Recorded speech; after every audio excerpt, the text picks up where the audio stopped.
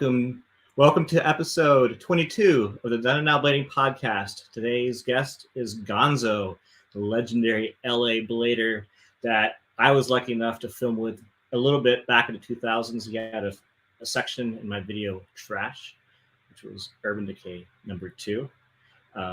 Gonzo is joining us right now. He made it on. He had some trouble getting on the live stream, but he's here now, so I'll bring him on in one moment. Now, if you enjoyed this episode, make sure and hit the like button, subscribe to this channel if you haven't already, and hit the bell icon to be notified of all new uploads. Thank you, everyone, for joining us in the live chat. We will be answering questions that you may have at the end of the show. I'd like to bring in Gonzo to the stream. Hello, Gonzo. What's up, man? How's it going, y'all? Great to see you. You might have to speak up because your audio might sound a little low. Okay. Go ahead and let us know in the live chat if you can hear Gonzo or not. Fine. So, Gonzo, I haven't seen you in, 20-something years, right? Been a long time, man. Been a long time. Yeah. Yeah. Probably like 2000, I don't know, 2004 or something like that. Yeah. Something, yeah. Been a while. So, you're living in LA still, born and raised, right? Yeah. Still out here. A little on the outskirts of LA now. I'm in San Fernando Valley. You know, I mean, I don't really consider it LA, but I guess Right. it's technically because I grew up really close to downtown in East LA. So, you know, but you're still repping LA. You always got the hat. You got the tattoo on your back. On my back, on my arm. I have like 3 LA tattoos, man. Honestly. Sick. So I want to get back into your history in skating. When did you start skating, and how did you get into skating? I started skating when I was like 12 years old, roughly, I believe. One of my buddies that lived in East LA with me, he moved to West Covina, just like San Gabriel Valley area. But we still, like, you know, on the weekend I would go to his house, or weekend he would come to my house. And all his buddies, they started rollerblading, like street hockey and stuff like that. So yeah, since I was over there and all of them were on skates, I ended up getting rollerblades too. And we actually went to like a Play It Again Sports and like pitched in and like got some like cheap, I don't even know what brand they were, but we got some skates for like, I think it was like $8 or $12 just so I could learn how to like stand on them. And so yeah. And after that, it just kept going. That's really cool. So what was your first pair of aggressive skates? I guess they would be TRSs where I actually like started to learn how to like grind, or lightnings. I'm sorry, lightnings. Yeah. So you started skating. What year was it about? Man, I was 12 years old, so maybe like, I guess like 95. I guess. 95. So you started skating back in the day. Yeah. It was still like NIST was still around and all that, so it was, you know, it was a cool time. And you grew up in an era of Southern California skating where there was a lot of really good bladers in not only LA, but Orange County and San Diego. Yeah. Probably some of the best in that era lived in Southern California. And LA definitely had some really good skaters like Ernie Ramos and Hong Fong. Yeah. Were those guys you met early on in your skating, or how long did you know those guys? I knew them as like, you know, locals from the area at first. You know, I wasn't good enough to skate with them yet, you know, but every now and then I run to them at a school or something, and I would just sit and watch them because they were just on a whole other level.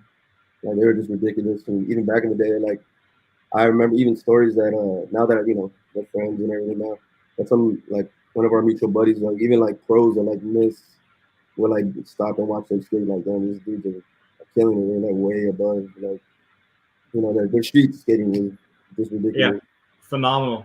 Yeah. I mean, Ernie was just mind-blowingly good, and then Hong Fong could do anything, and he did it all on those Argons. Yeah, you skate. Even when I started skating with him, he still skated oxygens, man. Like I don't know how he skated those for so long. For so long. I mean, he was skating those until the 2000s. I know that. Yeah. Now, are you still skating today? To be honest, I haven't skated maybe like 2 years, man. The last time I went skating, I don't know, man. I don't know how to take it easy, so I started doing a trick. Like, let me just roll out, let me do a topsoil, and then I just, you know, I remember how good I used to be, so I think I can still do this stuff. And I pushed myself too hard. I ended up limping around at work like all week. Like, I messed up my knee again, and I don't know, man. So I've taken it easy, but a lot of my buddies are getting back into it, and pressuring me to come back. I've had Rainier Pyramid has hit me up a couple times, like, hey man, you come back. He came back from like a knee surgery too, so he's been pushing me. A couple of my buddies like Gonzo Jaquez, I don't know if you know him, but yeah, the LA scene is starting to get pretty big again, and Yeah. it's cool that they're doing these like first Sunday sessions and stuff. I'll probably go through to one, even if I don't skate too much, or at least hang out. Yeah, it'd be cool to hang out for sure. I was out there for Blading Cup last month, and I was blown away by how many skaters live in LA now, how many shops they have, like just the scene there. It's kind of like the hub of skating today, It's crazy. I think it's nickel and dime. It's actually like right on the other side of the freeway from where I grew up. Oh, really? Like, I was like, I can't believe there's a skate shop this close to like where I grew up, and I don't live out there no more. I was like, now it's here. I stopped by there one time. Just came in, checked some stuff out. Hung out a little bit. Yeah, it's a cool shop. Check it out if you're in LA. That's really cool. I'll put a link to their shop in the description below so you guys can check it out. And it's one of a, like, there's several shops now in the LA area, so that's really cool that people are getting on blades and skating and getting together. I know there's a lot of people from the back in the day skating again, like we had mentioned. Is there anyone from your Oblivion crew that's still skating? Are you in contact with them all still, or? I'm in contact with pretty much all of them except for Ernie. Ernie, he's doing his own thing. We haven't had too much contact with them. We do run into him, and we don't talk to him all the time. But I mean, Hong, Mike Orca, Gary Young, like most of the Oblivion guys, we're still a team. We still all hang out. We always get together. Like 4th of July is actually a big holiday. We always get together, so I'll probably see them Monday. But it's all love. We're still in contact. We just hang out when we can. Right. Yeah, I saw Quatsine in New York City. I don't know, maybe like 3 years ago for the Bashi Pope competition. He was out there. Yeah. It was good to see him. He was always a nice guy. Yeah, good dude. And I remember the first time I went to LA. I don't think you were there in the session, but I was with Lonnie Gallegos, and we skated with like Ernie and Hong and those guys. A funny thing about that, you're out there filming Urban Decay, right? Yeah.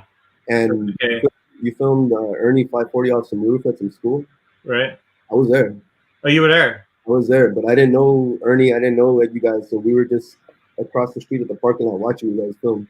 That's incredible. I was there, and I was like, I bought your video because I was like, oh, Ernie and Hong are gonna be in it. When I think I was like maybe like 13 or 14 at the time. But I was there. I seen you filming, so I met you before you met me. No. That's really cool, man. Awesome. That's such a cool story. And I'll have I believe I have Urban Decay on YouTube. So if I do, I'll make sure and link that so people can check that out, which had footage of Ernie and Hong from when I was in LA, and footage from San Diego and Northern California. Robert Guerrero had a section in there. Yeah, and Hong had a 10 versus the Ghetto Rails section that he just destroyed one way. And that was the first time I met Brian Bell on that trip because we stayed with him in San Diego. Oh, okay. And it's when he was filming for Wanted. Yeah. And were you in that video in Wanted? I wasn't in Wanted. No, I didn't know Brian at that time. I didn't. Okay. That's when Hong and Ernie kind of blew up in his videos. And then I didn't know Brian at that time. Like I came in during the Street Dwellers for Brian Bell. Yeah, those were good videos too. I mean, Brian made some very awesome videos. Yeah, they were fun videos to watch in that era. And I'm sure most of you know Brian Bell did pass away several years ago now, but he was definitely a very influential skater back in his day, and he made a lot of cool videos and repped San Diego very hard, and Southern California in general, LA as well.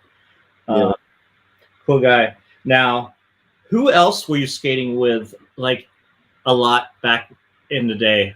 outside of your Oblivion crew? Was there some other skaters in LA, Orange County? Yeah, I mean, we had a lot of like good skaters in LA, like Ken Lee, Michael Chang, um, Jeremy Soderberg, Craig Case, Connor O'Brien, definitely. Yeah, Yeah, that's my Connor buddy. O'Brien. Love that dude. Yeah, man. I mean, there was a lot of good. There was a good LA scene, but I mean, it didn't get covered too much, really. Hmm. Couple people would come out and like get a clip or two, and then it was cool when Omar moved to LA, Omar Whiteside. So we got a little more. I guess got more of the LA guys out into videos and stuff. But I think at that era it was like because San Diego, had Daily Red, and it was almost everyone just had to go to San Diego to get covered, yeah, to do videos, and then Orange County. No one was really coming to LA at that time. It wasn't until I think like Drew Backrack came to LA. He moved to LA when he was doing like Life Plus. yeah, that's Like, right. then we started getting a little more like LA heads out there. Yeah, that's when he had that gallery there in Little Tokyo. Yeah. Treehouse, and they were doing Life Plus out of there, and that was a really good time. I like going up to LA then and hang out with those guys. Now, Connor O'Brien is someone I interviewed on the podcast a couple issues ago or episodes ago, so I have a link to that as well. Everyone should check it out. You and Connor are both at the top of your game in that period, and you both had sections in Trash, which is a video I made, and you both also had like mini sections in VG23. I believe, which is really cool. Being a video group, it's kind of like what everybody strived to be in. It was like Daily Bread and VG back then. I would assume. What was the first video you were ever in? The first video I was ever in was in Street Dwellers 1. It was the first Street Dwellers. We had I guess Hong and Ernie had already filmed with Brian a little bit for that video. Okay. But Brian was like, getting close to finishing. He wanted to get some more footage, so we took a San Diego trip, and that's the first time I met Brian Bell. I skated there's a Paradise Hills ghetto park rails in San Diego, and I was just so hyped. Like I was like Chris Happy was there, B-Bell, I think Nick Wood was there, and everyone was just killing it. And I was just like a little 16-year-old kid, and I was all hyped. And I did full cab ollie top one for the first time, full cab ollie push string for the first time on those rails. And Brian filmed it, and he put those in the video. So yeah, you destroyed those rails. I mean, your full cabs were incredible back then. Your switch ups. I mean, you were really known for your style. You had really amazing style. Like really good skater, and I know a lot of people. Somebody said it. Here's a quote. Somebody said, I forgot who said it, but it said, "I'll just say it. Everyone at one point wanted to skate like Gonzo," and I feel like that's there's some truth to that. That's wow. I don't know what to say to that, man. Like, I just had fun, man. I just did my thing. That's it, man. I didn't try to like, I don't know, look so super. I mean, everyone tries to look stylish a little bit, man. But I never like tried like really hard. It was like, I mean, you mimic like I would.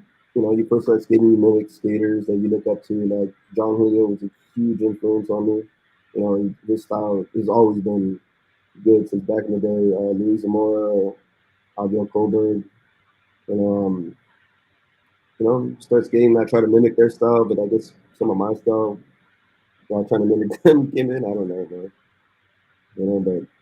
But who's your favorite skater of all time? John Julio. John Julio. Yeah.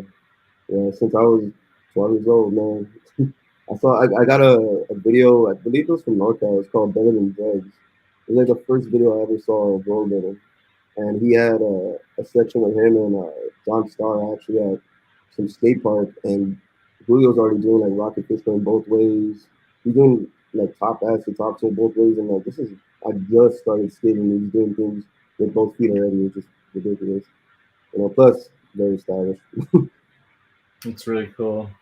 Now, John Julio lives in LA as well now, or in Orange County, and he's done a lot for the skating scene there. With them and events and everything like that. And I know back in, I believe it's like 2016, you were skating a little bit more, and Julio gave you a pair of skates. It It wasn't in 2016. I was 16 at the time. Oh, it was 16 at the time. I was 16, so it was probably like 2000, I believe. 2000. Okay. And I went up north for a video premiere for Justin Lomax's video, Mm-hmm. and we had a session at Glen Cove before, and everyone's sessioning, everyone's killing it. I sat down. It was a hot day. Sat down, leaned against the wall, and John sat next to me, and he saw I had some thrones, and he saw them. They were kind of beat up already. And he was like, "Man, like your skates are pretty beat up." And I was like, "Yeah, but they're holding together, still skating." And he was like, "Yeah, I'll get you some new ones, man. Like, give me your email, and I'll send you a little package." And I was like, "Okay, wow, of course, man. Like that sounds great. Especially one of my idols telling me that he's gonna do that." And he came through. He sent me I was there. I think it was like a Saturday, and like Tuesday, I was at home and I got a package, and it had dyno wheels in it. I had a fresh pair of thrones, runner's project backpack. Like John just sent me in just this lovely package just to get me going, and from there I got Flow on USD, and John took care of me for a lot, man. Thank you, John. John, really, thank you. That's amazing. Was John the person who helped you get on USD back then? Yeah, I got Flow on USD and 50/50 from that, and Dyna Wheels for the time that I was active. But yeah, it started like that, and I started getting more videos, more magazines. I worked with, and then Scott Walker who was in charge of Big Dan Importing that helped distribute USD here in the U.S. He actually took care of me a lot. Even he would let me go work in the warehouse and and pay me, because I didn't want to get a real job yet, but I could still go there, work in the warehouse, and go skate Orange County or something after. So thank you, Scott Walker, as well. But yeah, that's how it started. That's John got me started in Flow for USD, and that was it. That's amazing. Never went to another. USD is a company that you ended up becoming pro for. Yeah. Pro skate. Yeah. But you were skating the Throne forever, right? Yeah. And then how did you get approached to become pro for USD? Mm-hmm. Yeah, it happened over a long period of time. Like, I was amateur for them I was Flow for a long time. I was AM for a long time, and then they finally I started touring with like BMAG and stuff, and they finally made me pro. Matthias, he helped me out with that a lot, and yeah, I got blessed. I got a pro skate, thank God, but it wasn't a throne, but it was cool. So a big question a lot of people had was the fact that you always skated the classic Throne, but you got the USD 7's kind of Griconish skate as your pro skate. Why did you get that skate instead of a Throne? Was there reasons for it? I'm not sure. I asked for a Throne, but they said that that's what they're going to give me, so, it's cool. I got a pro skate. I made it to that point. Right. Finally got a pro skate. I got to design it. I got the color scheme and everything on it. So, I never skated it, to be honest with you. I always stuck to my thrones, but still, it was a blessing. Thank you, USD. Appreciate it. No matter what, still a blessing. Yeah, for sure. I probably assume that they gave you that skate because it was a new skate at the time, and they wanted maybe to market it, or I don't know, man. But I have no idea, really. But you definitely skated the shit out of Thrones. I'll tell you that much. Yeah, I still skate. Those are the only skates I still have. And did you ever have like a pro wheel or anything like that? I had a couple actually. I had I think 4 pro wheels from Eulogy. Eulogy. Yeah. And Eulogy it still is a really good quality wheel brand, and it's had a really good amount of skaters on there. How did you get on Eulogy? Isaac Ullman's owner, he actually he hit me up randomly. Like I think it was on like instant messenger back in the day. And he had his eye on me, I guess, and he was like, you want to come over? I was like, yeah. At the time, I was like Flow for Senate at the time, and I don't think Senate. I don't think Senate was doing anything with me. They were focused on other people. So he was like, come over, like I'll make you AM like right away. I was like, all right. I think I was AM for like a month, and then he made me pro. That's really cool. So That was towards the end of Senate anyway, right? I'm sorry. That was towards back when Senate was going under, pretty much, right? Yeah, actually, yeah, it was around that time. Like Kevin Gillen, I think was the team manager for them at the time, Mm-hmm. and Kevin, great dude, but Isaac just was like, nah, man, come over here, I'll take care of you. So, and he did, and good dude, man. I still have a good relationship with him.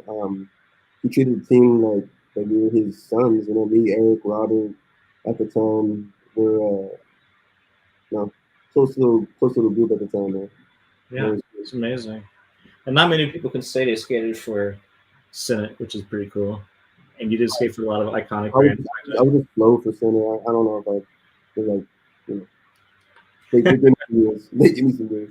Modest. Now, another brand you rode for was Be Unique, and you were one of the first riders on Be Unique, and Be Unique was, kind of a New York City brand.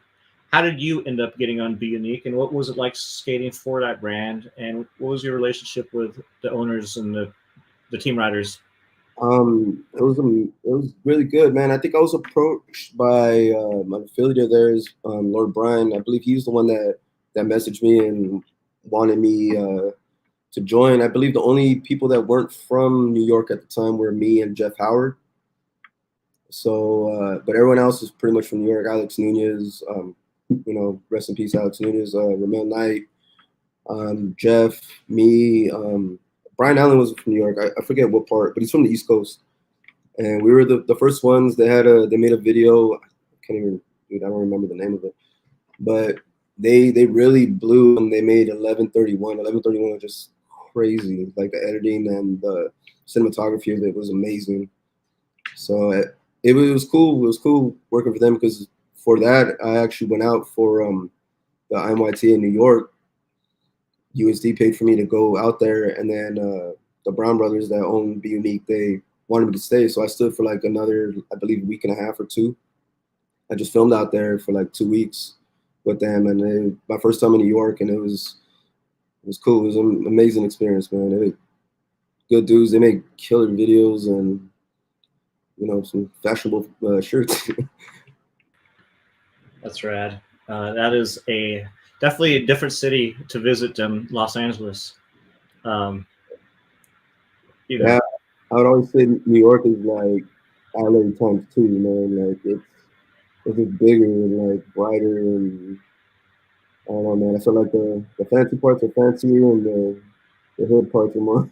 Right. But it's a cool city, man. I've been out there a couple times, and I'm grateful that I got to be out there and see everything. Especially being around like the locals out there, like Billy O'Neill.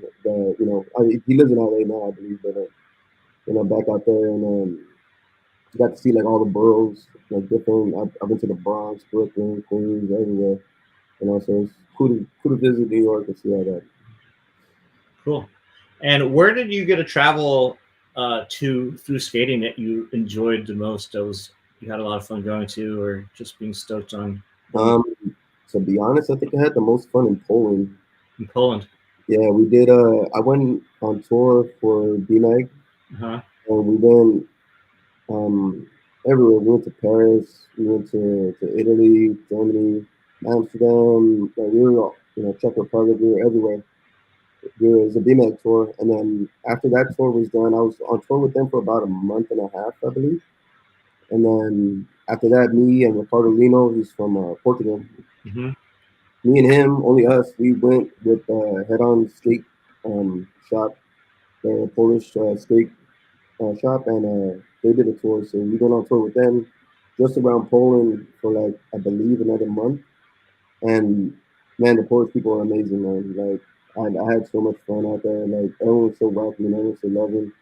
Like it was just an incredible feeling. Like even with like language barriers or anything, like you could just feel like the great vibes. Like the Polish people are just amazing. So yeah, it was a good time. Yeah. For sure. I love Marek. Actually, Poland is one of my favorite places to visit as well. I try to visit him whenever I can, which is not very often, but he was actually out here in Vermont before COVID and visited for a day. So that was cool to see him. Yeah, Merrick's the man, man. I love that dude, man. He took care of me. I Yeah, was out there, him, all the dudes he had riding from for his skate shop. They're all great, you know. So, very friendly, and he's another person who's done a lot for the sport over the years. Him and Ricardo. Uh, yeah, yeah. Good to see them all still involved. Now, as far as other videos you were in, so we mentioned the Be Unique video. Well, Be Unique video Checkmate is the one you were in. I was in, I'm in all the videos, but I had a profile in Checkmate. Checkmate. And Yeah. what was your first profile? What video was that in? It was Street Dwellers 3, I believe. Okay. Yeah, Brian, that was the last Street Dwellers he made. I was the last section in the video. Oh, no, wait, maybe I wasn't. I was close to the last section. I was the second and last section. I don't know, man. But yeah, Brian gave me a section in that video. That was his last video, man. So that was cool. I got to have my first like, wow, I had a section. You know, it was fun, man. It's cool. You know, Brian was a good dude.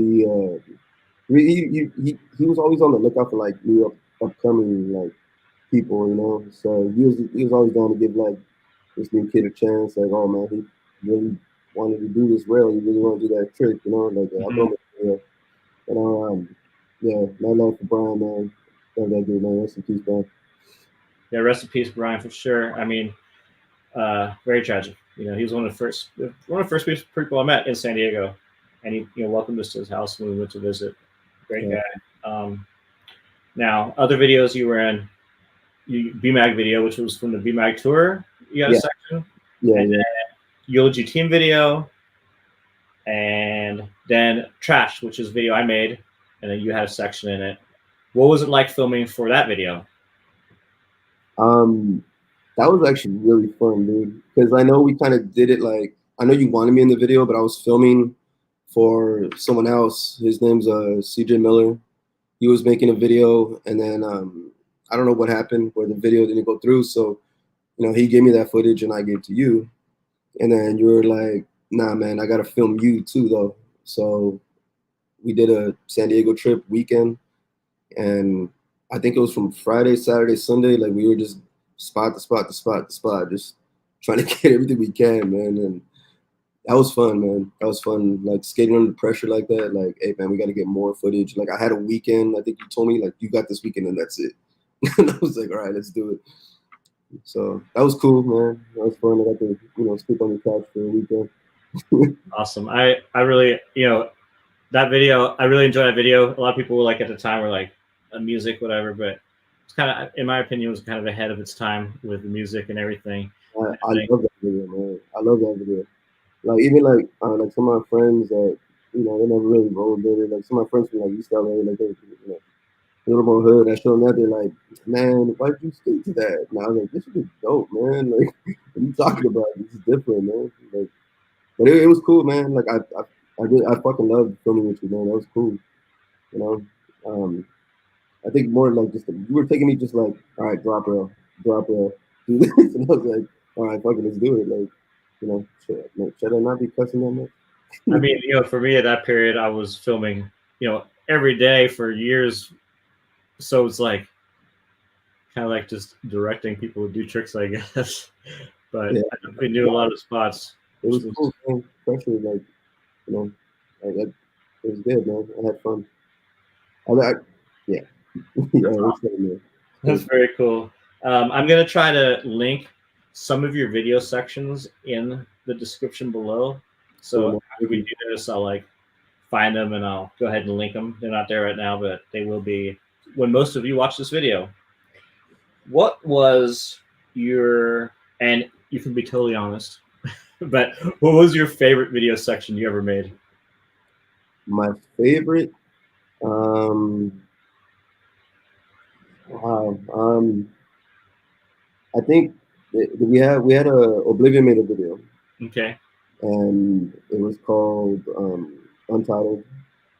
That was the name of it, and just during filming for that section, it was just fun, man. Like I had so much fun, like with my crew, and then we were going up north a lot, skating with Ivan Nares and Victor Arias, Vinny, Hong was going to school at Berkeley at the time, so he was up north. So we would go up north to film, and then the NorCal guys would come down to LA to film, and it was just a fun time. Like it was so much, I guess, like so much positivity in our skating, and everyone's just pushing each other and like making like new friends with all the NorCal guys, which I'm still mad love. I love those guys still to this day, and it was just a fun time. I feel like in my life that it was just just love, positivity all around. you know, I don't know, man.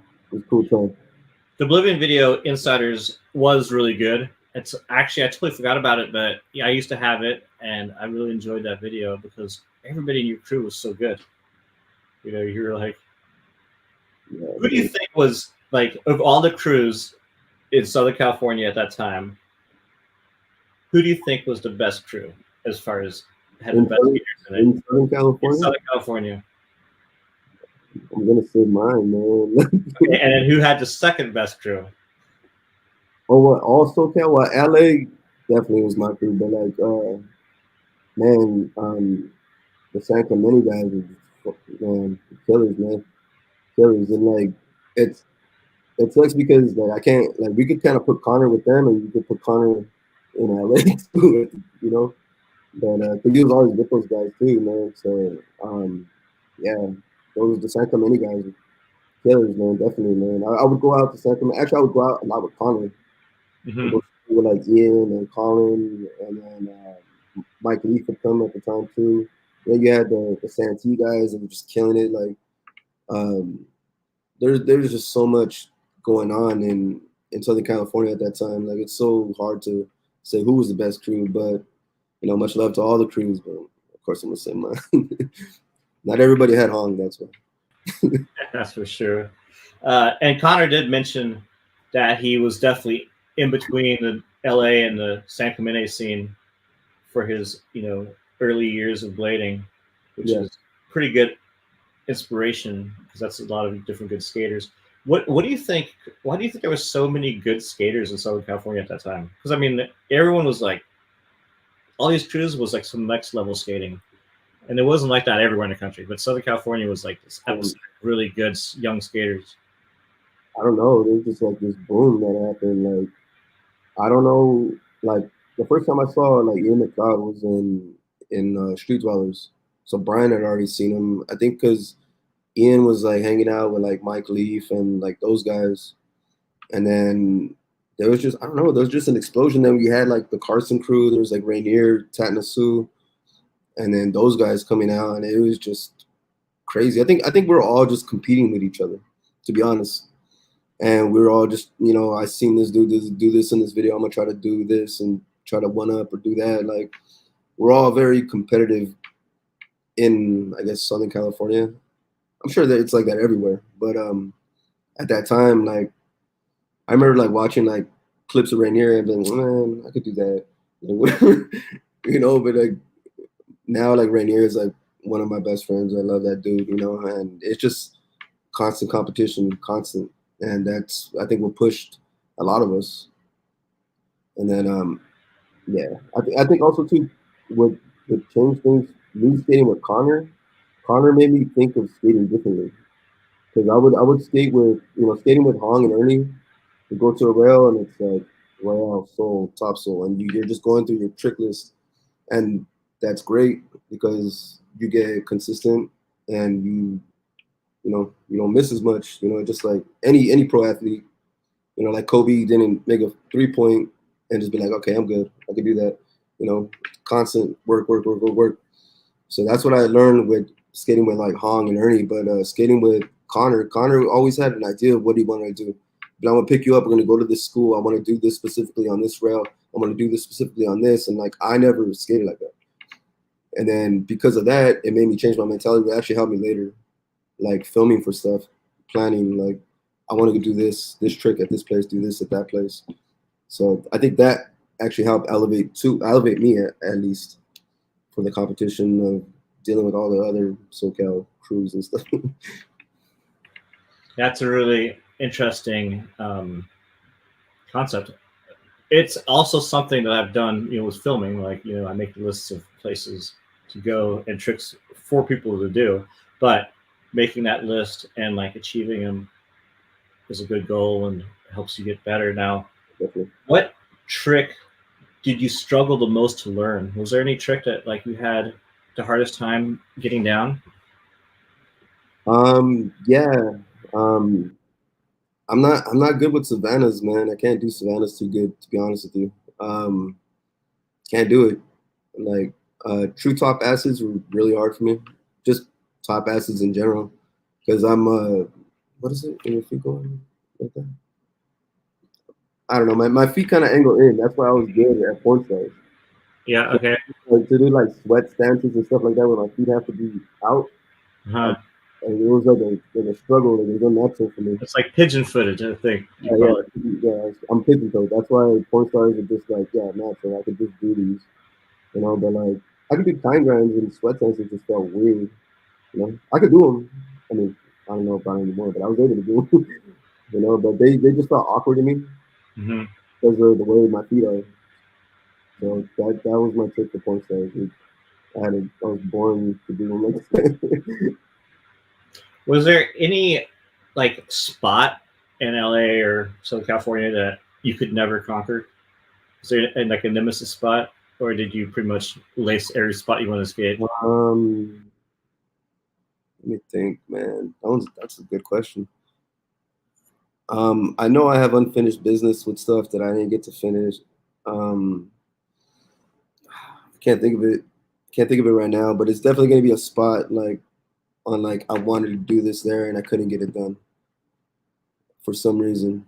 Um, Pasadena City College. There's a long curve rail, and I was trying to 270 top soul that thing for like probably 2.5 hours training for VD23. In the out credits of VD23, you see me lock it. I get all the way to the bottom, and when I land, I slip out, and I just like and I was trying so hard to do that for like 2.5 hours, man. So I was like, I'm sorry, Dave, I'm wasting your time. They thing, and I was like, I'm sorry, man. Like, for me, yeah, it was that one struck. I've been there. I'm sure there's more, but that one's just the first one that popped in my head. Now, what was the first rail you ever did? Do you remember? I know where this question came from. It came from Mike Orta, my friend. He's from Oblivion. He says it's my first rail. It wasn't my first rail. I've done rails before, but he's talking about the first time. I guess I saw him and Hong and Ernie at some schools called San Marino High School, and they were killing it. And I did an alley porn star on it. Like first time I ever did an alley porn star on a rail. Like I landed and I slipped out, but my friends were so hyped that I did it. They're like, yeah, like cheering for me. And like after that, I was like, I'm good. Like, it felt like I did it. I'm just gonna watch these guys skate. So he always makes fun of me and is like, dude, like your friends picked you up and carried you off. He was like, it was funny. I was just a little kid. And yeah, so that's my friend clowning me, Mike. You got your little fame right now. And you prefer skating rails or ledges? Don't matter. I love them both. Man. I love them both. I would always tell people you skate a ledge like a rail and skate a rail like a ledge, man. Like doesn't matter if it's a rail, you got to stay top side. Skate a ledge, you get on top, man. But no rolling, stay on top. Like I don't know. That was my little philosophy, man. I tell people, but don't matter. I love them both, man. And what's your favorite trick? What's your favorite trick to do? My favorite trick of all time Mm-hmm. is I think the best feeling I get is misfit. I don't know why. Like I know I'm not in a lot of videos doing misfits, but I love the way they feel. Like I love how they look, and yeah, misfit. That and alley fish ring, it's a good one. What skates? I know you haven't skated in about 2 years, but what's your last skate setup you had? I still have thrones. I still have Still thrones. thrones, classic thrones. Yeah, I have a pair, and I have a brand new pair that's just waiting, for me to bust them out one day. So You this saw is that Mesmer has the classic throne boot now.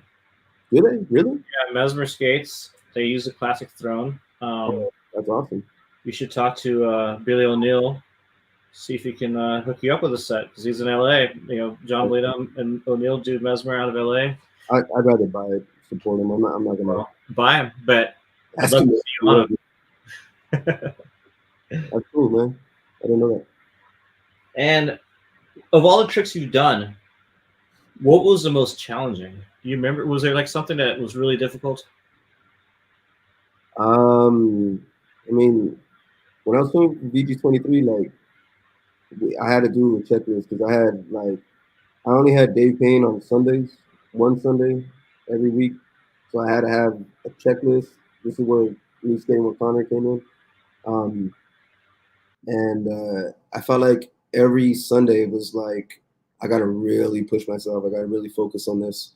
My ender trick in that video was one that I was scared of and I was hyped to do, and luckily I got it done in like I think it was like 3 tries or something like that. But yeah, that was scary. So it was, but yeah, there's, I mean, check VG23 Mandarin, man. I leave top on some ledge and I just drop 360 off and drop. Yeah, it's cool, man. Is there a favorite trick you've ever done? My favorite trick, I think one of the most excited I was is when I did Hurricane Topsail for the first time filming with you for DB5. It was the first time I ever did Hurricane Topsail, and I was so juiced on it. And fucking Connor did it for the first time too that day. So me and Connor both did it for the first time that day. We were talking about it the whole way to San Diego to go film with you, and we ended up both doing it that day. But he was a lot better at that trick than me. I've only done it on I think 4 rails. He's done it on countless stuff. That was a lot of fun. You and Connor coming down for that video. Really stoked that you both had sections in that. Now, what you also did like a lot of cess slide combos, right? Yeah. It's fun, man. What was the like? I liked doing cess slides back then. Tell me about your cess slide stories. Like, how do you get into enjoying them and doing combos? And well, the first time I saw it was Robert Lovanos. He did the back rail, set slide to back rail, and I was like, whoa, like that's crazy. Like I've never seen anything like that. So of course, you see somebody do something like that, you're gonna try it. Everyone's probably started trying it, and then I just started trying different stuff. Like I could do soul grind and kind of like shuffle in the back farb. So if I could do that, why can't I do soul grind, shuffle in the true topsail? And then I just kept having fun with it and just kept trying new stuff. And yeah, man, I love doing all the set slide combos and into transitions and stuff. My favorite was my doing soul to true topsail. I loved it. I thought it looked smooth. So I love doing that one. Rad. Now, I'm pretty sure that you skated flat most of your skating career, right? My whole career. Why do you prefer flat over anti-rocker? I don't know. I feel like I could go faster, I could spin better. I started skating flat. I had a pair of Daytonas, I think, man, and that's when you could kind of move the spacers a little wider or something.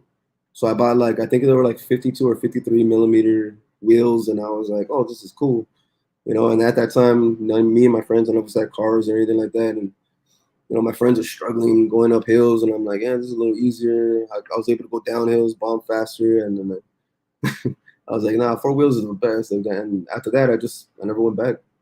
I never went back to Antel. And what size wheel did you usually skate?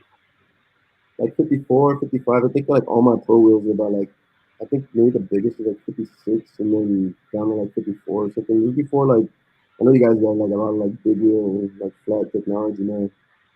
But yeah, I always skated small wheels because I skated flat. So did you never skate a 60 ever? No, never. But you need to get on. You need to try some of the new flat setups where you got 60s and 72s. Yeah, I see that. I see you rolling those, and that's crazy, man. I was like, this is crazy. They didn't have this technology. I was telling one of my buddies, my buddy George, and I was like, they didn't have all that when I was still skating, man. I was like, you guys are spoiled, man. Yeah, I mean, they're nice because you can go fast Yeah, and yeah, you can get speed, and you can also commute a little bit. I mean, I'm sure you grew up in the '90s, so you probably skated from spot to spot back yeah. then. No, never. Everywhere, everywhere. We did spot to spot skating. It was miserable on anti-rockable setups, or just like little wheels. So the new skates are definitely better for that. Do you keep up with skating today? Do you keep up with the skaters? Yeah, yeah. They're still like. I mean, a lot of my buddies are getting back into it. And they're still skating. I still, watch like a lot like Jeremy Soderbergh. A lot of the LA guys, I'm still cool with. I still watch all their stuff.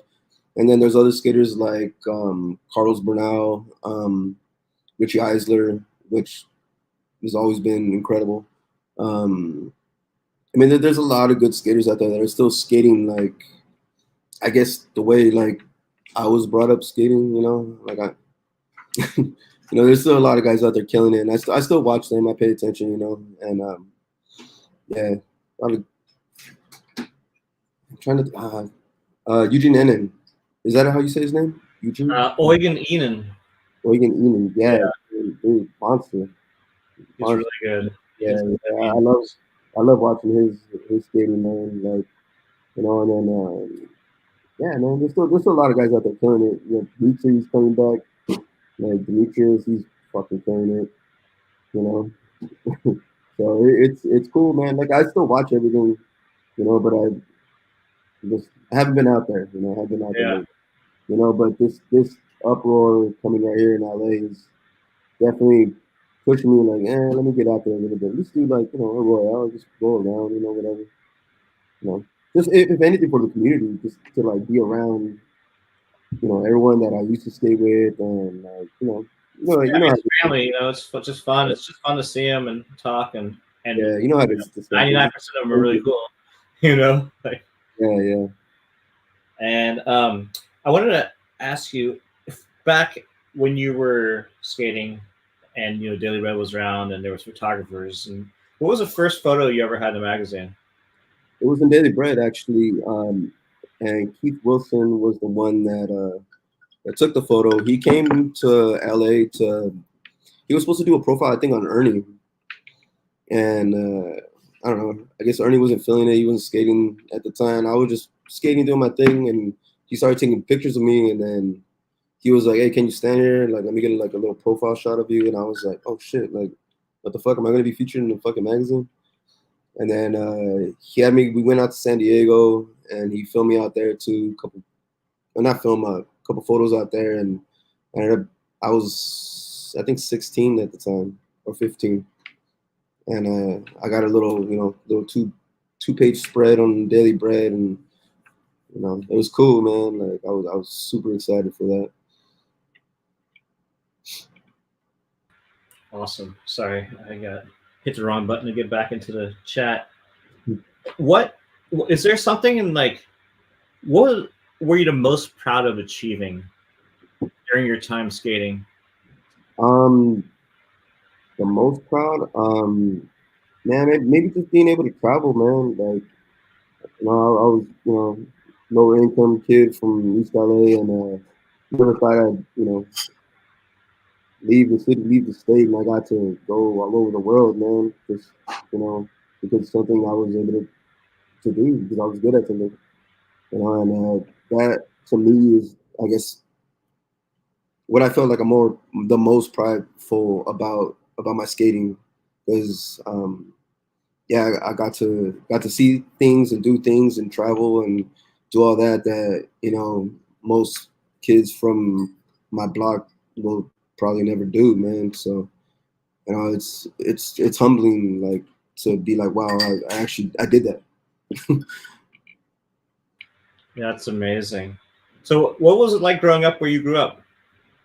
Um, I mean, it was normal to me, man. It's just like any other hood. Like I, get into fights and stuff like that. But I mean, you grow up there, it doesn't seem like weird, like gang activity and stuff like that.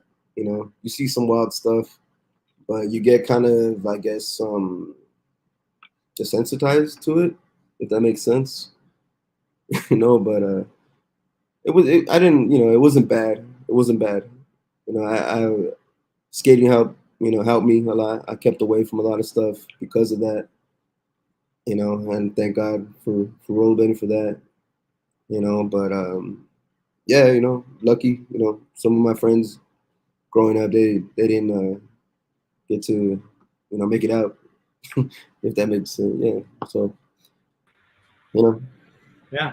Well, that's really rad that you made it out of the city and were able to tour and travel the world. Did you have any like culture shock during your first, like going to Europe for the first time, or? Um. Yeah. No. Um. Because of skating, like even before I went to Europe, there was already like people that I met from other countries. Like, what was his name? I believe Nicholas Bellini. Is that his name? From France. Yeah, Bellini. He used to Yeah. skate remedies. Yeah. He came down. He came down, and I went on like a little NorCal trip with him, Kato, and Bebel. So I was already being introduced to like people from other countries. I had some dudes from Amsterdam. They came down before. Um, who else? Tom Portis from the UK. He came down. So like you get to meet like people from like everywhere. Just being involved with rollerblading, you always meet somebody. There's always somebody here from like somewhere else, or either in San Diego or in LA, or like So I was already meeting like a lot of people. And that's one of the things that was definitely a blessing being in rollerblading, is you meet so many diverse people. And but no matter the language or whatever, we're all the same people, man. I remember being on tour in Poland, and this couple that was with us on the tour, they were fighting and all this, and I was like, "Hey, man, like this ain't that serious. You guys are together, man. Like, like my significant other is fucking miles away from me right now, So like, whatever. This is nothing. Like, I was like, it doesn't matter. We all have the same problems, same issues, no matter what color, no region or country. Like, it's all the same stuff, man. So, Is there anywhere you wanted to go for skating that you never were able to visit? Japan, Japan. without a doubt, Japan. I didn't even have to think about that one, man. I always wanted to go to Japan, man. Like, it just seemed like all the rails there are just amazing. Like, I think the Solomon video when they're in Japan, and like seems like Jackie Ito, and like I was like, dude, Japan just looks amazing. Like, I always wanted to go to Japan. Yeah, Japan. We went there. I was lucky enough to go there on a Razors tour with Robert Liavanos and Oh, Elliott, and it was cool. The rails, I will say, almost every rail we went to was aluminum, and they had really hard time skating them. oh But yeah, the ledges were all really rad, and the people were just super nice. yeah. All the Always. skaters were nice and they were honest.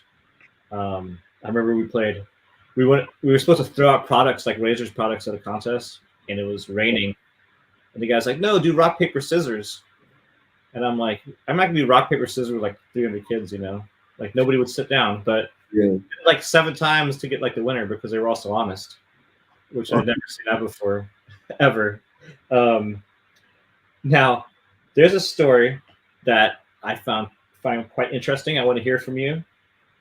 After watching FOR, Future Rollerblading, you almost quit skating. Yeah, I think I was like 13 or 12 when that came out. And dude, like I watched the intro and I was like wow, dude, like these guys are like so ahead of me. Like, and I was like, I'm never gonna catch up. I'm never gonna catch up to them. Like, there's no point of even skating. like like it was weird that I got that feeling from watching an intro. Like I was just like, no, I'm never gonna get there. Like, there's no point. But I don't know why I got that feeling. It's a weird thing. I don't know, man. But it was cool that I ended up being in one of the future roll games. I was in future roll game 3, Yeah, So that's awesome. I'm glad you didn't follow your feeling, because nah, like the I sport don't would have been the same at the time without you. know. So but that is funny. Um, and do you have any? Let me see. Is there? Oh, that's one thing. Is there any skaters that you wanted to skate with that you never had a chance to? Richie Eisler. Richie Eisler was supposed to be on tour with me and Ricardo Lino for that Polish tour, and he was supposed to be on the BMAX tour with us, and then go with the Polish tour too. I guess he tried a gap and he hit his head, and there was I guess swelling, and he wasn't able to travel because of the pressure to his head, and so he didn't make the tour. And that was one dude I was actually really excited to skate with. He's such a phenomenal skater, and I, wanted to see if I could go tit for tat with him, but I mean, obviously I don't think I can. But he was at least he could push me, teach me some stuff, and yeah, I really wanted to skate with him, and I was pretty bummed that he didn't get to the tour. So Rich Eisler, you're one, man. Richie's still an amazing skater today. Yeah, incredible, incredible. Skating. He's just like continuously progressed throughout his career. And Richie's someone that used to come to San Diego quite a bit back in the early 2000s, because his father was a pilot, so he got to fly for free. So I he would come stay with me in San Diego, during like 2000 to 2003 era, occasionally. We didn't actually film a lot, but we did film a little bit, but he was there for a lot of old sessions from like red videos and stuff. Richie reminded me of Hong and Ernie, man, because he does everything both ways, everything. So that's the way Hong and them would try to push onto me. So, I respect that. Yeah, I mean, I'd love to get Hong on this show. There's a chance of that? That would be cool, man. Like I can ask him. Yeah. I don't know, man. Hong's just like he always is. He's a quiet dude. Yeah. Well, see what he says. You can have him watch this one and see how mellow it is. Yeah. And I know you. I want to go back to a couple of your travels. One thing I didn't know is that you spent some time in Houston, and that you killed the U of H rails in one day. And if you don't know, the U of H rails in Houston are these really awesome kind of mellow stair rails that Chris Fleener and John Farmer and Jason Howard used to skate all the time. And they're pretty perfect, man. The only thing is it's rocky run up. Like it's like kind of like not gravel, but it's just rocky. Like it's not smooth cement, but those rails are pretty perfect. Yeah, I went out there I think I spent like almost a month out there. I was skating with William Kennedy. I don't know if you know him. But yeah, we went to the BFA trails, and they just wow, they was perfect. So I went all out, and I tried to do as much as I could there. And I don't know where any of that footage is. I don't know if anyone took pictures of that, but I just skated, and if somebody brought that up, somebody was there. So I don't know where they saw that. Yeah, he said he had the video on. He digitized on DVD. So I'll see if I can get him to put it on the interwebs for you to see. I mean, I would love to see that footage. I don't think I've ever seen that footage. I've never seen it. He said it was in some like video magazine or something that came out in that time. What year was that about? Do you remember? Probably maybe like 99 or 98, maybe 2000. I'm somewhere around there. Like okay, so that's when I was still living in Austin. Oh, okay. Because I moved to San Diego December '99. So you were in Texas when I was. Because Will Kennedy, I met Will at 95 NIS. He was like a little tiny kid, like really small. Yeah. He's still around, back then. Did you get to skate with Chris Fleener? I never got to skate with Chris Fleener. I remember him in your video in Evan McKay. I remember him. I never got a chance to skate with them. I skated with Mikey Yeager actually when I was out there at that time. Oh, cool. I skated with Will pretty much like the whole time I was out there. But yeah, yeah, Yeah, I mean, Will still skates. You know, he's still doing it. yeah. I love Will, man. What's up? Shout out Will. What's going on, man? That's really cool. And then someone else mentioned that you had spent some time in Minnesota. What did you go up there for? Um, just to go. We were actually me and Jeff Howard were talking. You know, we were both on Be Unique, and then he was like, "You should come to Minnesota, come skate." I always wanted to go out there. Seen like a lot of like the it was like old sections of like Chris Farmer, like that were online before like Farmer hit like VG and all that. I like Minnesota videos, and I was like, dude, like all the rails and everything out there looks incredible. And Jeff Howard was like, you should just come out. You know, come out, we'll film. And then there was a competition in Wisconsin, like that was gonna be around that time. So me and my buddy Angel Guevara, we went out there, and we stood with Jeff Howard at his house or his parents' house, and we're out there. I think for like 3 weeks or so. We ended up, you know, traveling to Wisconsin for the competition too, and it was fun, man. All the Minnesota guys are incredible, good dudes, man. Like had a lot of fun out there with those guys, man. Incredible spots that they got out there, and it was a good time, man. And you know, shout out to Jeff and his family. Thank you for hosting me. You know, but it was a good time out there, man. Mosquitoes are terrible, but but other than that, Minnesota is fucking beautiful, man. I dealt with miserable mosquitoes today. My girlfriend and I went mountain biking on some trails by my house, and we had like 20 mosquitoes in each arm. Oh yeah, man. It's terrible. The mosquitoes in Minnesota. I remember we were skating some rail, and I'm like, they bit through my jeans, man. Like, how do you go through denim?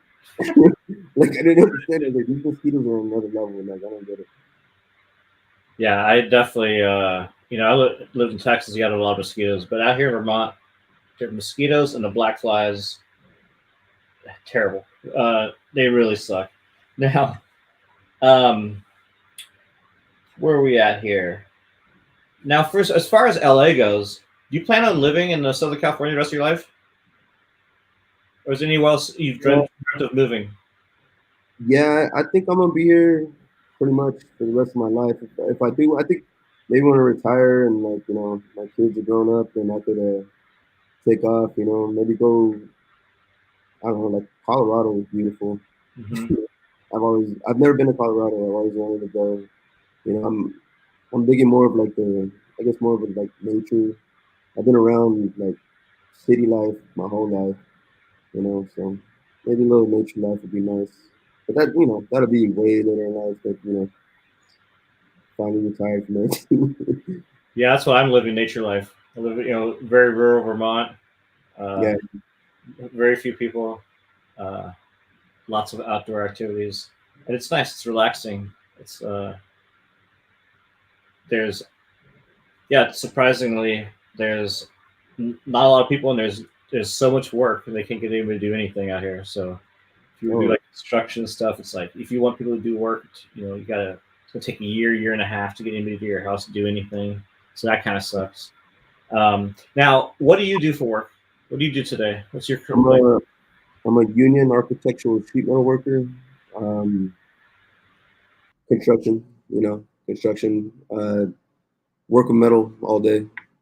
A lot of like waterproofing, like gutters, downspouts, and stuff like that. Just regular waterproofing. But then we also do some cool stuff like, you know, if you're familiar how Staples Center looks, how it's like looks like just like metal like all around it, metal panels. We do a lot of that too. So a lot of show metal, like, you know, it's cool. I get to go back to a job and be like, you know, see all those metal panels and all that stuff. Like I did that, you know. So Right. I get to see my work, you know. So, Yeah, it's gonna last for a long time. yeah, Right? yeah, You know, a lot of it'll be around after when we are all gone. So that's pretty cool. yeah, yeah, yeah. It's cool, man. It's good work. Union. Ernie Villarino actually pushed me a lot to get into the union and be a union dude. He's in carpentry union, Okay. and Ernie, he's a you know big influence of mine. I talk to him a lot, and She taught me through my, I guess my union journey, I guess. Cool. Well, that's really cool that you're still in touch with those guys. You guys can help each other out, Yeah. and then you have a family. You have a bunch of kids. What's that like? What's being a dad like? Um, it's it's great, man. Honestly, like my kids are incredible, man. Like it's such a blessing to see like them reach like new heights of their journey in life, and I'm blessed to be able to be here and see it, man. Like, I'm just pretty much my main focus right now is just work and my family.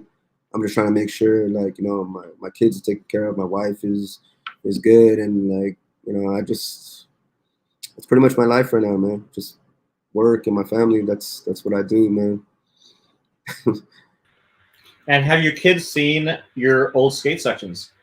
Yeah, they've all seen it, and they trip out. Like the first time they see it, they're like, "Oh man, like, it's crazy." And then now they're like, "Yeah, we know you used to skate. It doesn't matter."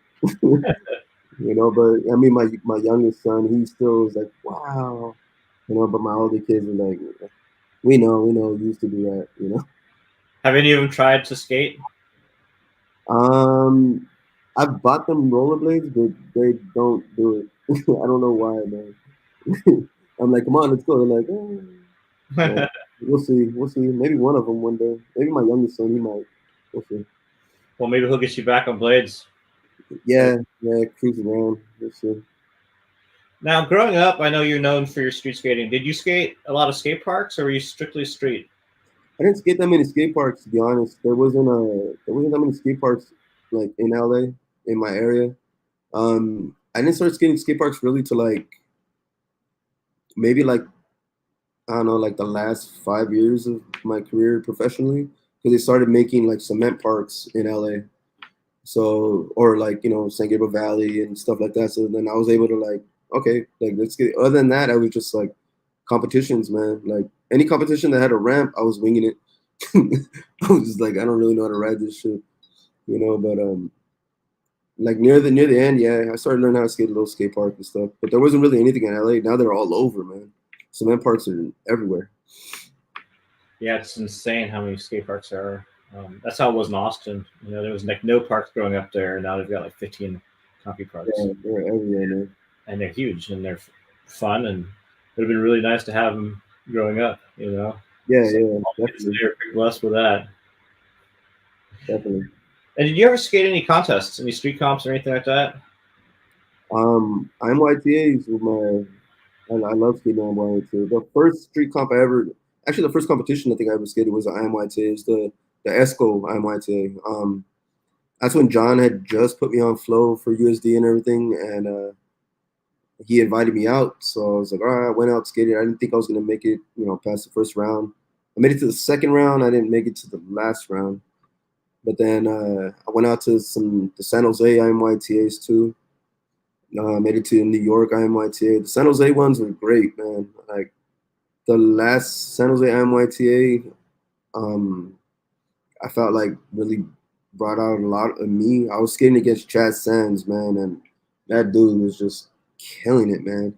It was like he was pushing me, so I was like, I started like, I don't know, man. Like I felt like every trick was just landing, every trick was just clicking. So I mean, you go against a monster like that dude, and then I skated at the two LA IMYTAs too. The one in UCLA, I got to the finals. Me and Hong actually got to the finals. It was cool to be in the finals with like one of my best friends. That's my brother.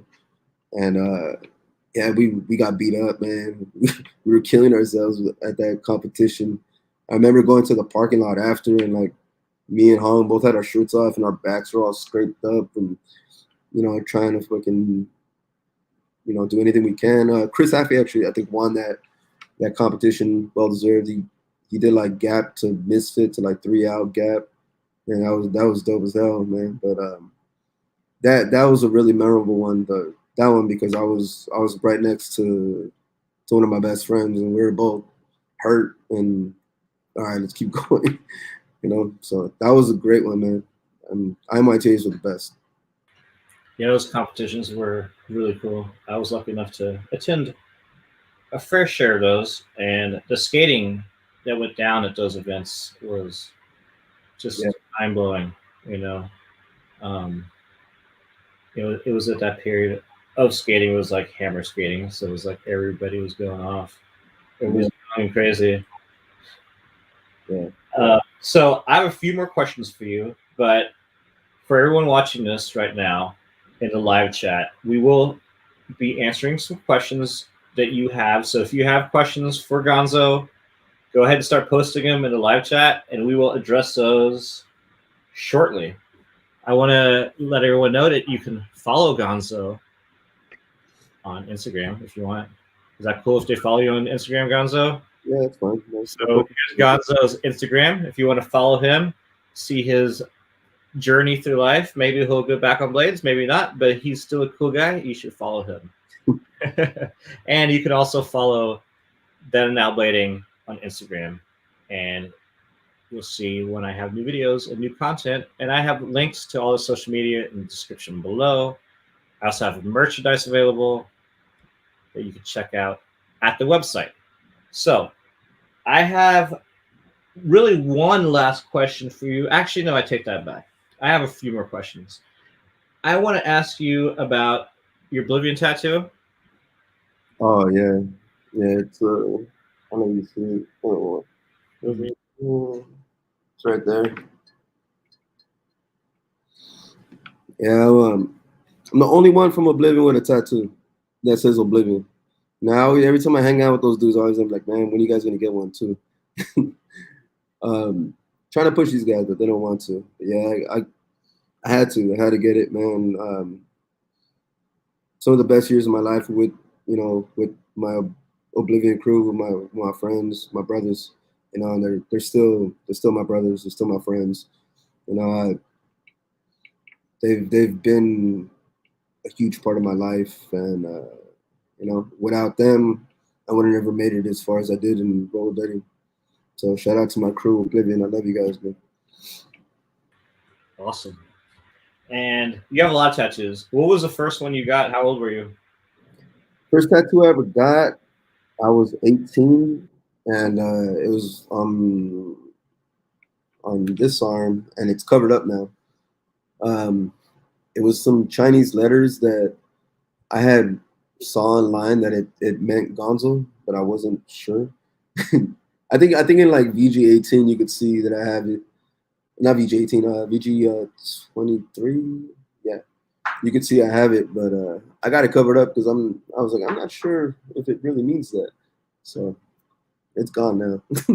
Did you ever find out what it meant? uh, to this day, I still think it meant Gonzo, but I'm not sure. I never met anyone that could translate it. So That's funny. Now, is there any stories from your skating career or from City Terrace that have stuck in your mind that you go back and think about from time to time? um, man, I got stories from I got a lot of stories from City Terrace where I grew up. City Terrace, East LA. I've seen some wild stuff out there, man. Skating, yeah, always some a lot of stories. I don't know, man. Like one story that's like hitting me right now that like it's kind of jacked up, man. Like I heard some people arguing outside, and like the way like my mom's house is built, it's like up a hill, so you look down to the street, and I heard some people arguing, and like I looked out the window, and then I saw some dude. You know, this is jacked up, man. Some dude was like I guess he grabbed his girlfriend's head and he was like hitting her head against the steering wheel, and it was like fucked up because he kept every time he hit her head, it was like, burn, burn, burn. So I'm like hearing this like up the hill. You know, I think I was like 17 at the time, 16 at the time. I was like, this is jacked up, man. I don't know why it's like it's funny, but it's not. It's not funny. You know, like I don't know, man.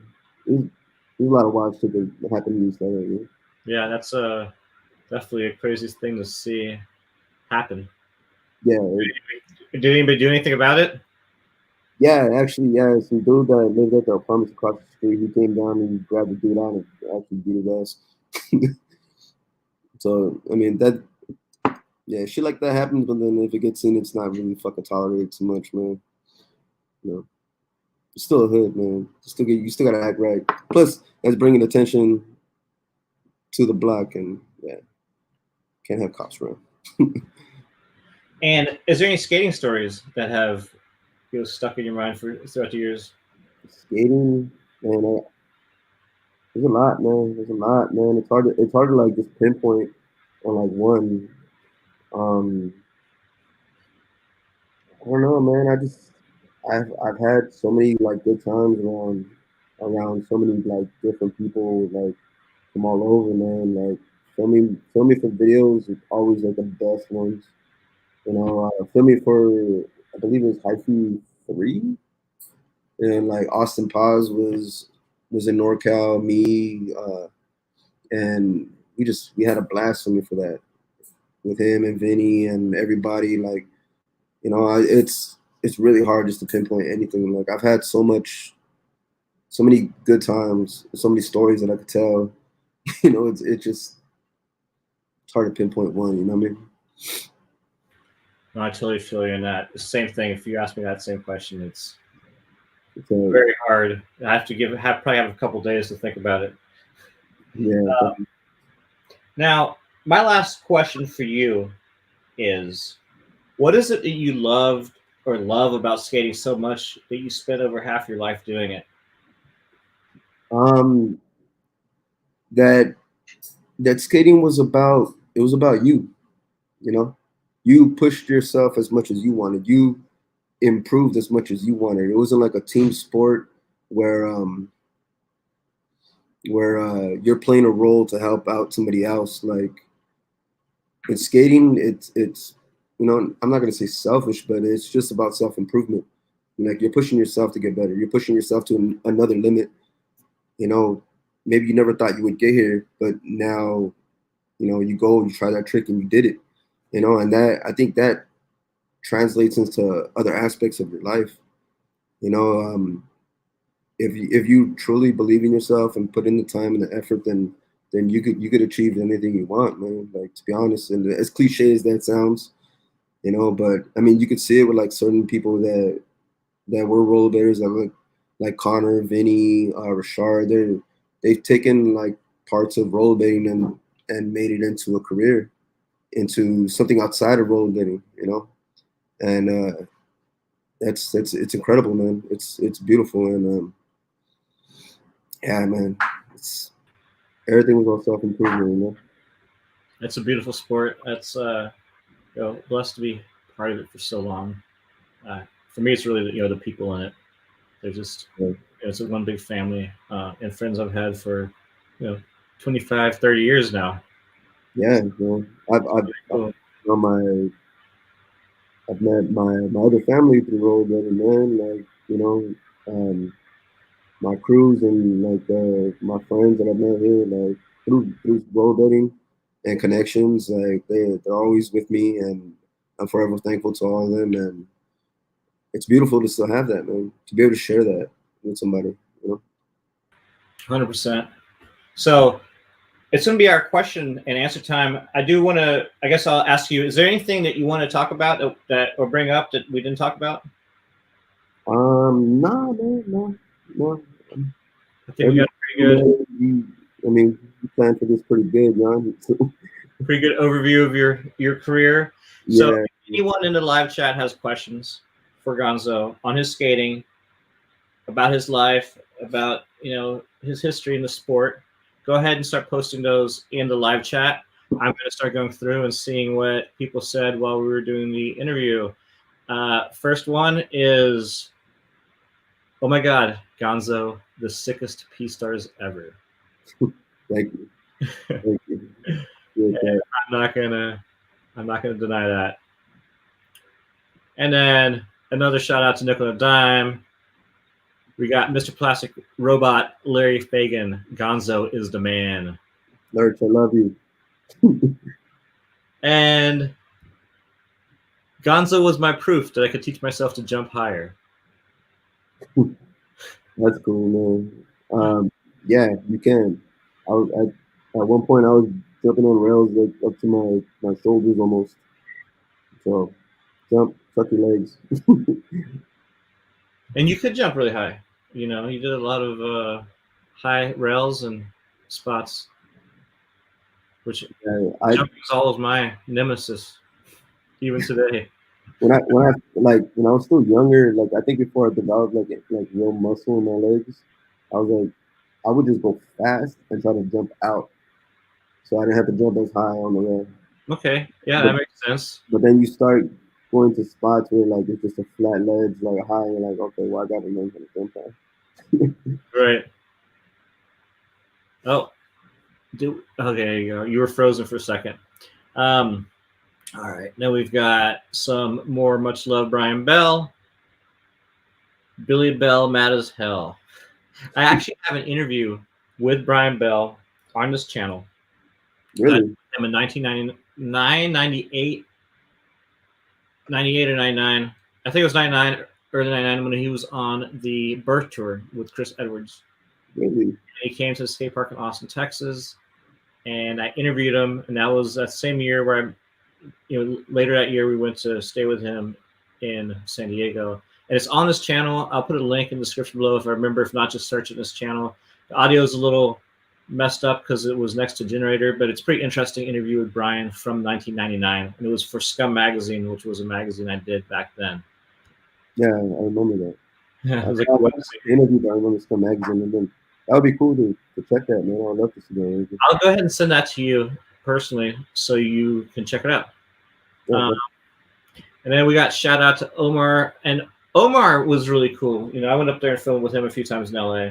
Such a unique style, and now he does art. He's like metalworking art. It's really cool. and he does art with sheet metal, man. I talked to him. I'm a sheet metal worker, so I talked to him about it before, man. I was like, that's badass, dude. So we say we're gonna link. We haven't, but I'm sure we will one day, man.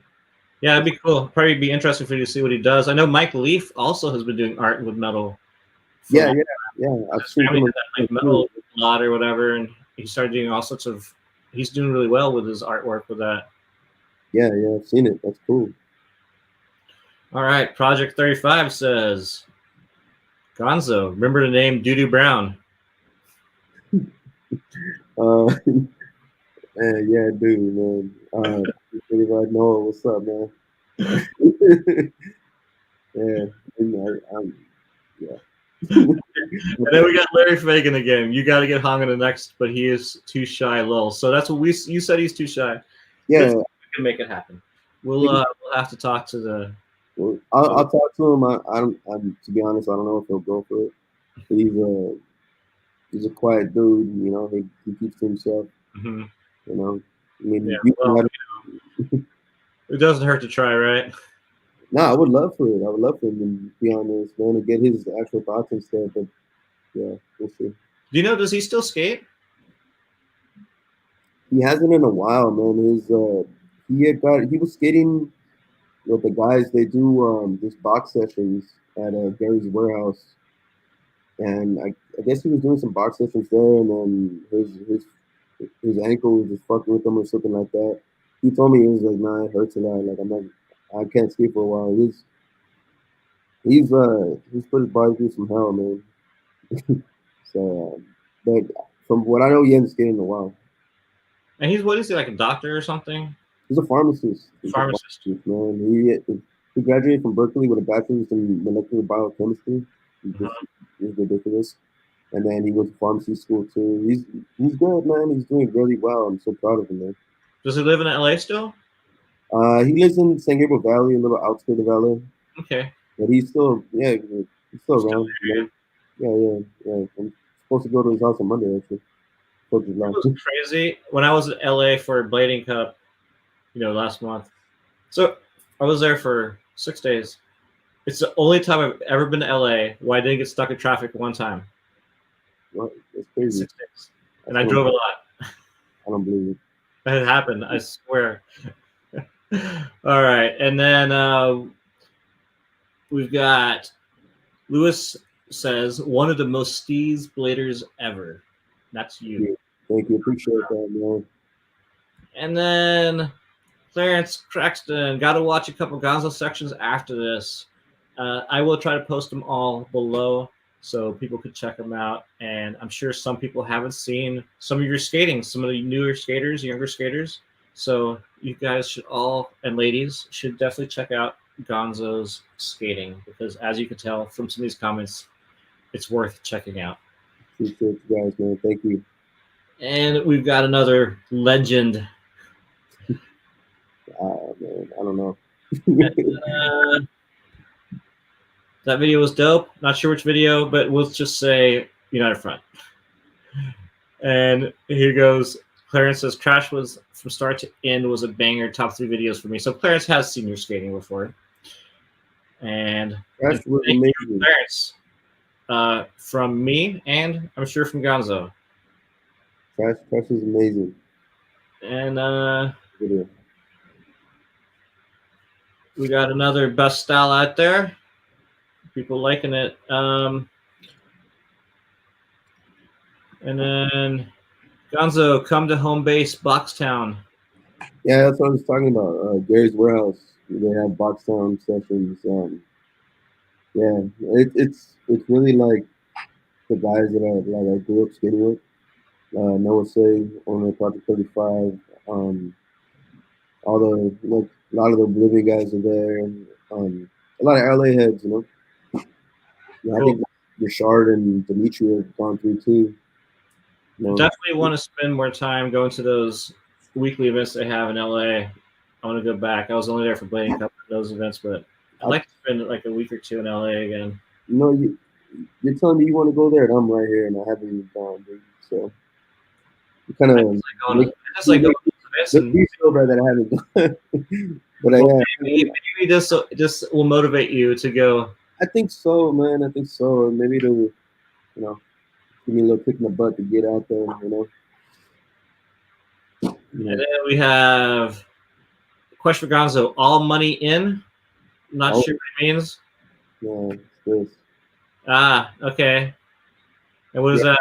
It's Nipsey Hussle's company. It's called All Money In, No Money Out. So I'm a big Nipsey Hussle fan. I loved his music, and plus I work with my hands, so everything that I do with my hands is all money in. Plus, I think just the way you go about life. If you're gonna do something, do it full force. You go all money in, all bets in. You know, that's the way I think about it. Cool, good answer, and good catching that, Launder. Not a question, but a memory. Scott, take off my skates. Do you know what he's talking about? Yeah, someone hit their face. It was somebody hit their face. I forget who it was. So they told Scott, they're like, "Are you okay?" He's like, "I hit my face," but I don't know why in the audio of it just sounded hilarious. They're like, "Are you?" It's a clip, and only he's gonna know unless you've seen the clip. That's an insider right there. I remember what video it was in. If it was in a video, I forget. But I don't remember that. I remember the clip. Well, we'll see. We'll see if we can track it down. Next question, from Bro Boss. What's your go-to feel good at the end of the day trick that you're like, I'm going home, bro? Not a go-to trick. I think it would be like one that like I was trying, maybe struggling with, and then you just land it, and not just land it. Like when you come off, kind of like, the landing is solid and everything. You're like, I'm good. I'm going home after this. like there's no go-to trick for that. It's one that you were trying and you handled it, and you're like, all right, I got it. I'm gonna go home. I'm good. I can sit down. Because I've done that. I felt that feeling, man. That's cool, bro, boss. Like I've had that feeling. But like I landed this, and I would literally go sit down, take my skates off. I'm good. You guys finish skating. I'm just gonna kick it. So yeah. So I have another question for you. During a session, there's a trick you're trying to do, and you just can't do it, and you're not going to do it. At what point do you just say that's it? For me, I was stubborn, man. So I would keep going until like I felt like my body was like either too bruised up or I had like nothing else to give. So then that's the point I'd be like, all right, like, I'm done. Like because you try a trick and you're like, I almost got it, I almost got it, and like it's getting closer. But if you're trying it, and you feel it kind of like it's not getting closer, it's kind of getting like worse. Then you're like, I'm done. Like I'm just beating my body up for no reason. I'm not gonna get it today. I'll get it tomorrow. I'll get it the next day. Let me go think about this later. Like I would do a lot of mental things with that. Like later, like I would leave and I would just sit at home and be like, maybe if I like tweak my foot this way, if I try to whip my foot like this, and then I could land it or something like that. Like you know, the battle didn't end that day. It kept going on to the night. I overthink a lot. That's understandable. Now, here's another question, not about skating, but Gonzo, been a while. Great to hear you've been doing well. Your NFL team. Adam, man, beast, man. He's This dude just drop rails without warming up, man. Double kick drop rail, no problem. Adam Kelly. He's in Untitled. Beast of a dude. How's it been, Adam? Haven't seen you in a while, man. I know we still message here and there. NFL team. Never had an NFL team, to be honest, until the Rams came to back to LA. So now I always support LA teams. I'm LA native, LA dude. That's all I support, no matter what. So Rams, LA. And I don't really follow football, but didn't Chargers move to LA? They did, but the Rams are cool. So. I know that pissed off like all the San Diego skaters when they moved there. Now, we got a question from Eric. How did you learn to skate in ball sit down style? I think, well, because I mean I'm a little dude, I'm a smaller guy. I learned from watching other little guys, man. Like John Julio always sat down. He's not quite as small as like Louis or like me, but he sat down on his tricks. Ernie Ramos, one of the biggest influences with me that I actually skated with. He he sat down on a lot of his tricks. Smaller dude. Um, I think it just comes natural to like some of us smaller guys. I guess it's easier, but I don't know, man. I didn't really try. Like it's easier to balance like that. Like you sit on the top, so you can sit your butt on your sofa, and it's easier to balance. And I just ended up doing it my tricks like that. I don't know. And it looks really good. It's like a really cool, clean style. So it actually worked out really well for you.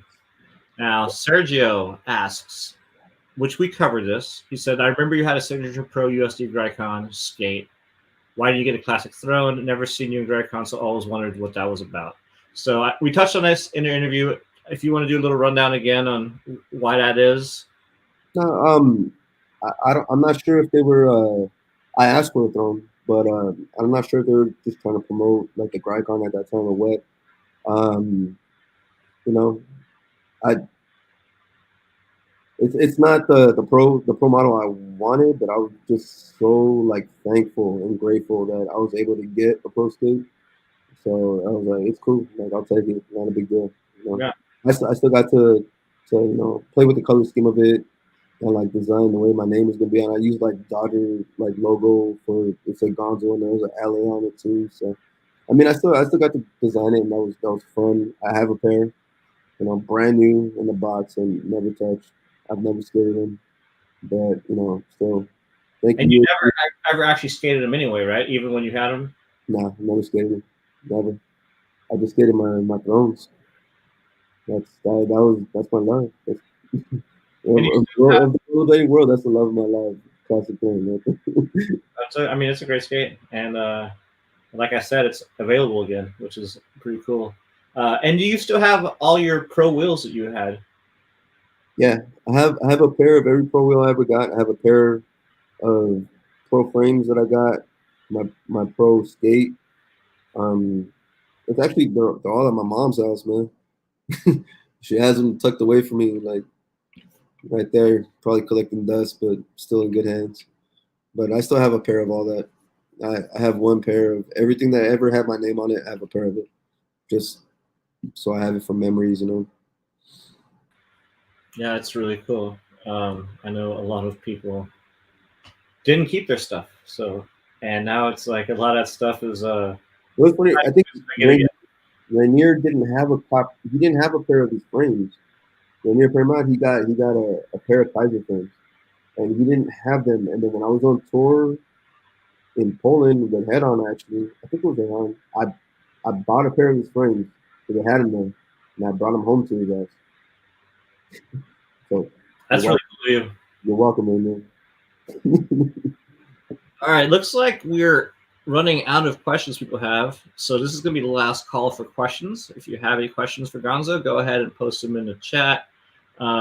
We've got Project 35 mentioned Connor Hollywood High. Is there a story with Hollywood High, Connor?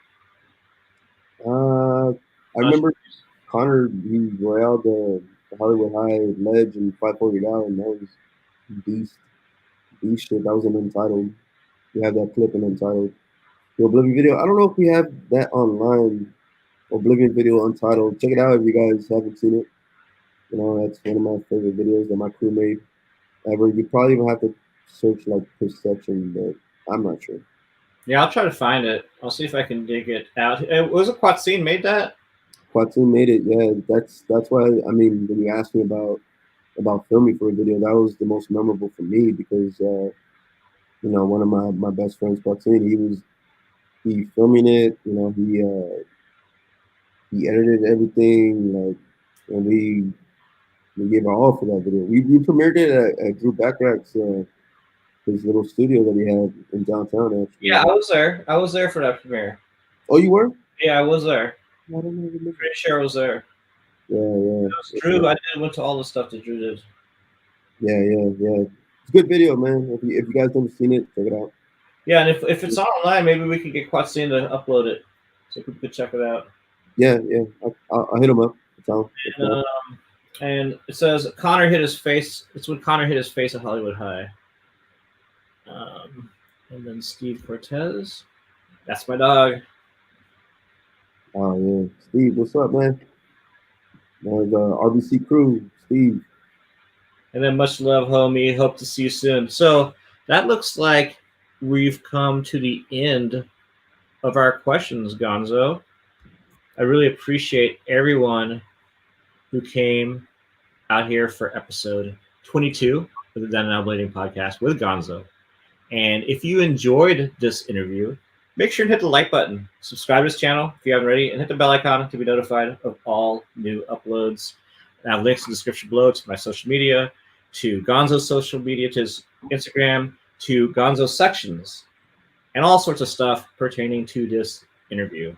And if you do like this channel and you like this podcast, you can support it on Patreon. I have a link in the description below as well, which is patreon.com/thenandnowblading. Now, Gonzo, I really appreciate you coming on. It's been really great talking to you. Yeah, we got rid of that. It's nice to catch up with people I haven't talked to in such a long time. Yeah. And, you know, you're always someone who I really loved your skating, and you were always a really nice kid. Because back when I knew you, you were still like a kid. Yeah, I was a kid. Yeah. And but always a pleasure, and it's great to see that you're doing well. You have a family.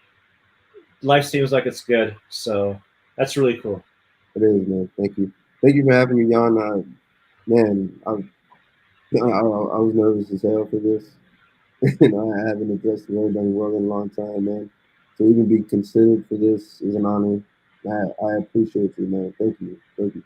Yeah, you're welcome. And yeah, it was really great. I'm gonna try to. I'd like to get some, other Oblivion people on the podcast, even if it's not. Maybe we can get Quatsine and talk about some videos and filming back in the day would be really cool.